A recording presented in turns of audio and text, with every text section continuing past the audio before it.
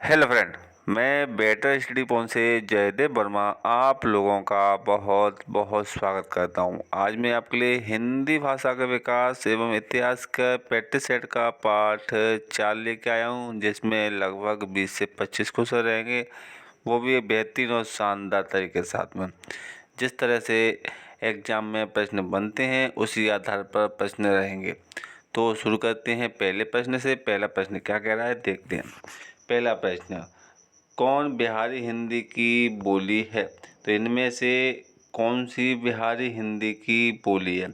अगर आपको बिहारी हिंदी की बोलियां याद होंगी तो आप आराम से बता पाएंगे।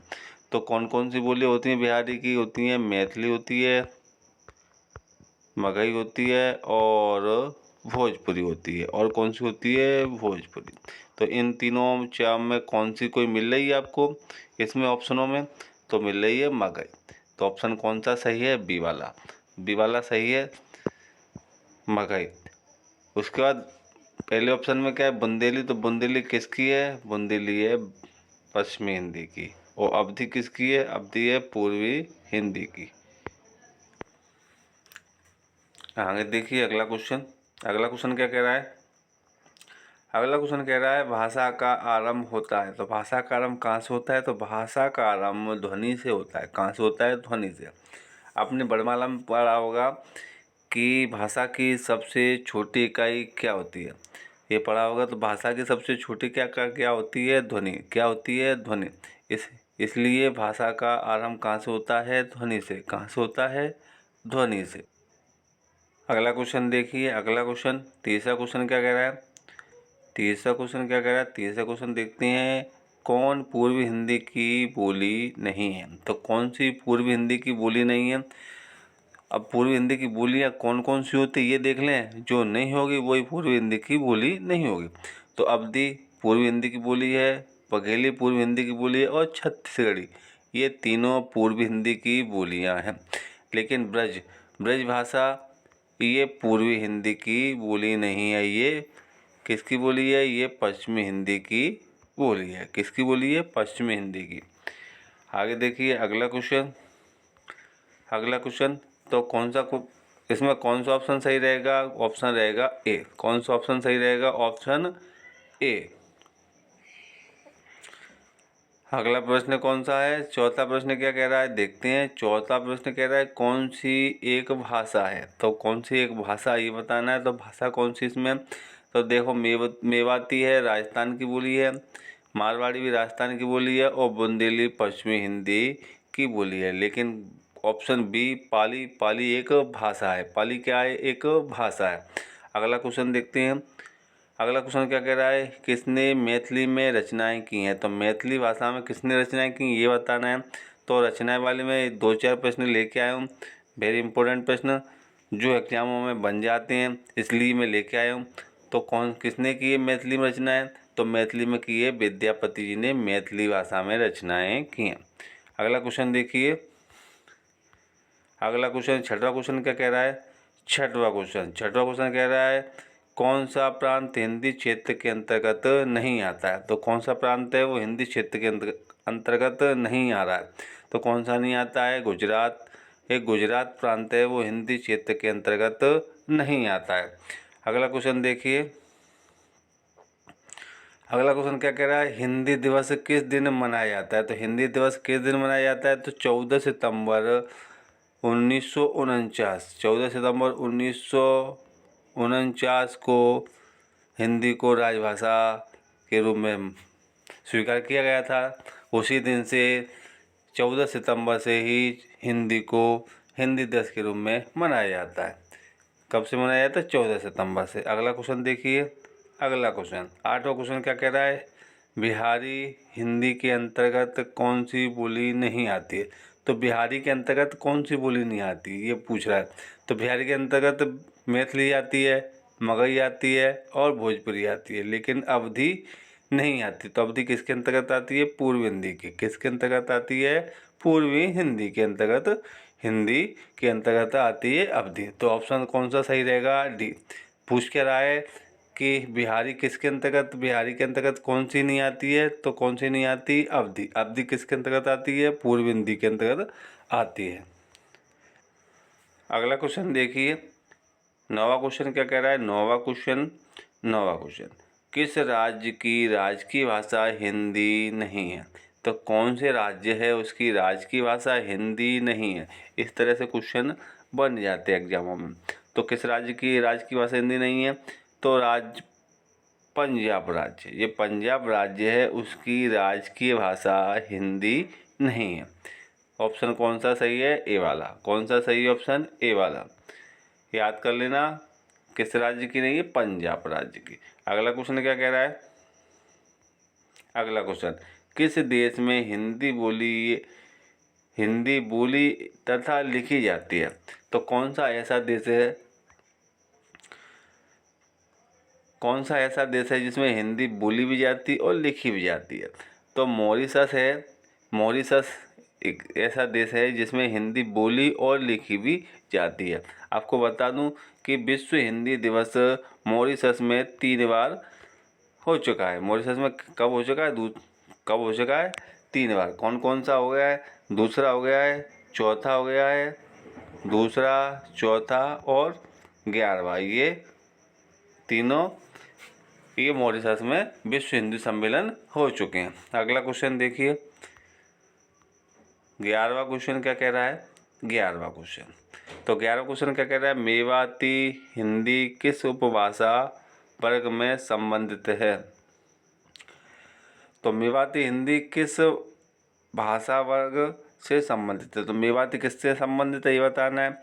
तो आपको बता दिए, तो मेवाती किसके अंतर्गत आती है, राजस्थान के अंतर्गत आती है। किसके अंतर्गत आती है, राजस्थान के अंतर्गत। कौन सी आती है, मेवाती, मारवाड़ी, ये सभी राजस्थान के अंतर्गत आती हैं। बिहारी अभी बता दिया था, मैगी भोजपुरी, पहाड़ी कुमायूनी गढ़वाली आती है, पश्चिमी हिंदी के बता दिया था, खड़ी बोली और कन्नौजी, बुंदेली, ब्रजभाषा, ये पश्चिमी हिंदी के अंतर्गत आती है। तो आगे देखिए, 12वां क्वेश्चन क्या कह रहा है। तो इसमें कौन सा ऑप्शन रहेगा 11 वाले में, ऑप्शन डी। 12 वाले में देखते हैं, 12वां वाला क्या कह रहा है, कौन सी बोली। 12वां क्या कह रहा है, कौन सी बोली हिंदी की उपभाषा की पहाड़ी की नहीं है।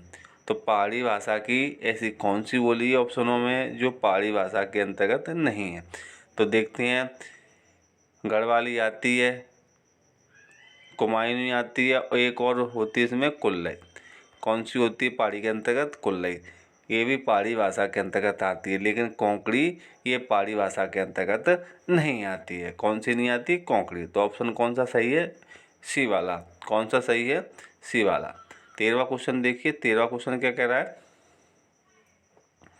13वां क्वेश्चन, 13वां कह रहा है कौन सा सत्य कथन है। तो कथन कौन सा सत्य है ये बताना है। हिंदी भारत की राष्ट्रभाषा और राजभाषा दोनों है।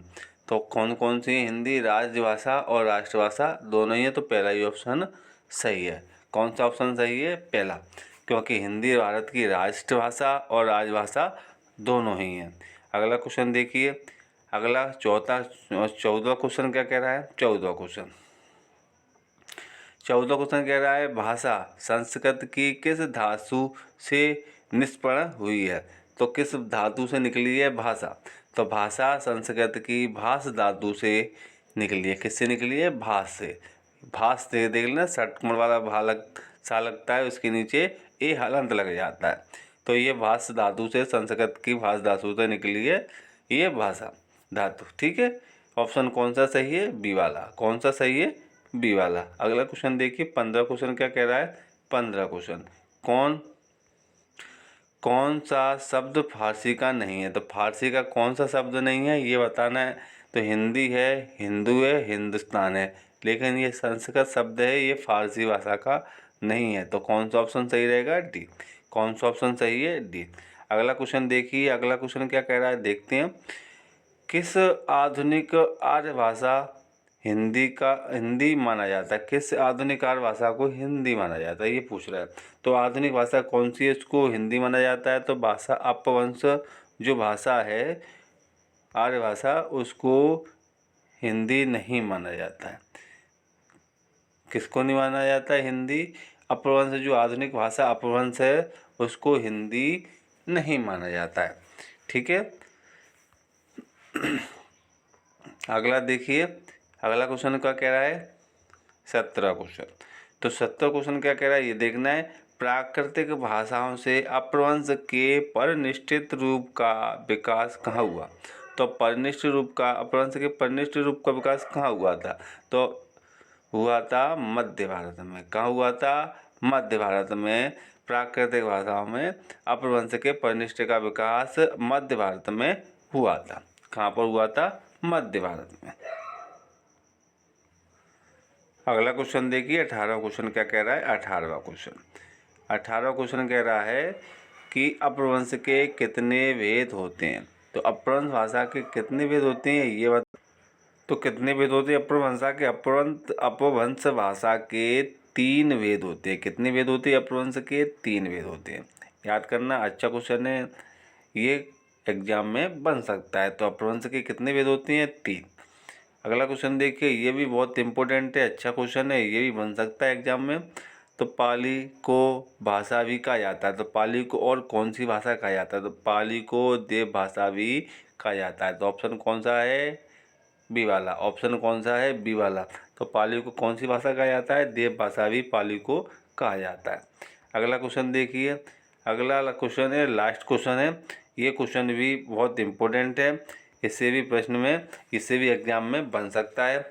तो देखिए, मागधी किस भाषा को कहा जाता है। तो मागधी किस भाषा को कहा जाता है ये पूछ रहे हैं। तो मागधी कहा जाता है पाली भाषा को।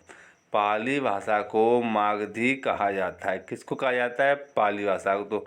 तो ऑप्शन कौन सा सही रहेगा, बी वाला। कौन सा सही है, बी वाला। अगर मेरी वीडियो आपको अच्छे लग रहे हो तो वीडियो को लाइक करें, अधिक से अधिक लाइक करें, शेयर करें और सब्सक्राइब करना ना भूलें, जिससे आने वाला वीडियो आपको समय से मिल सके। और शेयर तो करें ही और सब्सक्राइब करें। ओके, थैंक यू, धन्यवाद।